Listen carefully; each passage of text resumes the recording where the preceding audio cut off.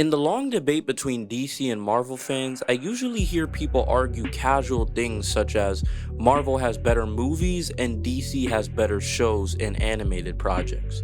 But something I've seen brought up more recently in this debate is the difference in tone between the two, and why DC's tone wouldn't work in a cinematic universe in their opinion, as their tone is too dark. But I heavily disagree with this take. Most people are a little absent-minded when discussing this, so I'll try to be as transparent as I can. I thought it would be fitting, since we're discussing the topic of DC's tone, that we should look at why it worked in the first place by breaking down one of Batman's best comics ever, Death of the Family. No, not Death in the Family, the Death of the Family. I'll explain it later. For context, this comic mainly highlights Batman and the Joker's dynamic, and the Joker, in an attempt to break Batman's moral code, locks up the entire Bat family and threatens to do very gruesome things to them.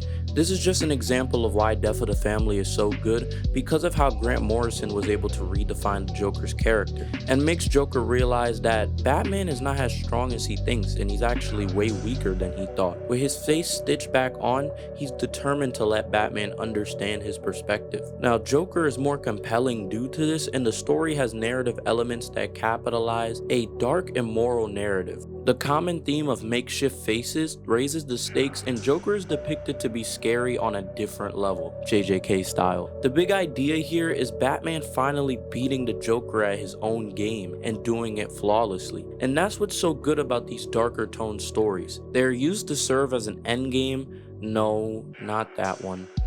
Not that one either. That later piece is for a finale to finally finish off these characters' story arc. We can relate to these dark themes in the comics because they are derived from how our society's dark aspects are portrayed. I touched on this a little in my Why the Joker is the Perfect Antagonist video. By the way, please watch that one. We're almost at 300 views on that video, so it would help my day out. Relatability to the realism of a comic or manga makes the story more interesting to the audience, and it helps deliver story elements to someone who might not comprehend the story at its very beginning. Deceased is also a pretty good example of this as well. Tom Taylor understands the core values of zombies, and zombies, when they are written, need to remind us that they used to be humans one way or another so that we can empathize with their situation. Most zombie apocalypse stories have zombies with the same abilities, and they really become unoriginal after a while. Looking at you, by the way. Which makes the story overall boring.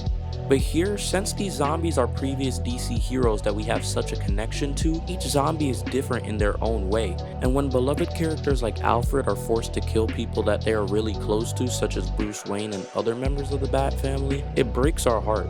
Giving us reason to understand each character and cherish them is why you need a dark tone story, to build up characters for an inevitable climax. That's why Zack Snyder's Justice League works so well, but we'll talk about that in another video.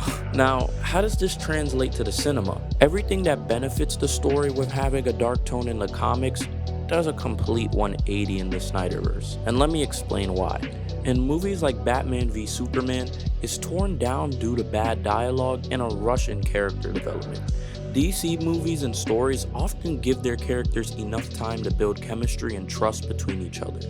Batman goes from beating up Superman to unexpectedly being his friend right after, which also ruins pacing as well. Even Lex Luthor's plan to make Batman fight Superman is the dumbest shit I've heard. Red notes, Big Bang, you let your family die!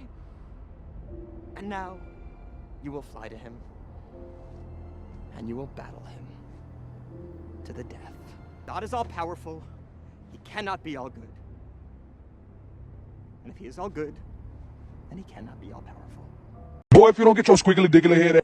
And Lex isn't this dumb in the comics. Too many people are out of character, and Wonder Woman's appearance is just for fan service, to be honest. Like, hypothetically, if you take her out of Batman v Superman and imagine she's not there, little to nothing of the plot of the movie changes at all. Alright, I'm gonna calm down. Woo! Okay, Now, with this being said, I think DC should keep its dark tone because of the amazing stories they've been able to tell in the comics with it. The dark tone helps depict more realistic characters without it coming off as unnatural, but they shouldn't exaggerate it like Zack Snyder does. For example, imagine if Batman wasn't a dark character and he was more like Superman. Exactly, you can't, because that's one of the main things that makes his character so integral. Having to face the trauma revolving around his parents' death makes him more relatable to us in the real world.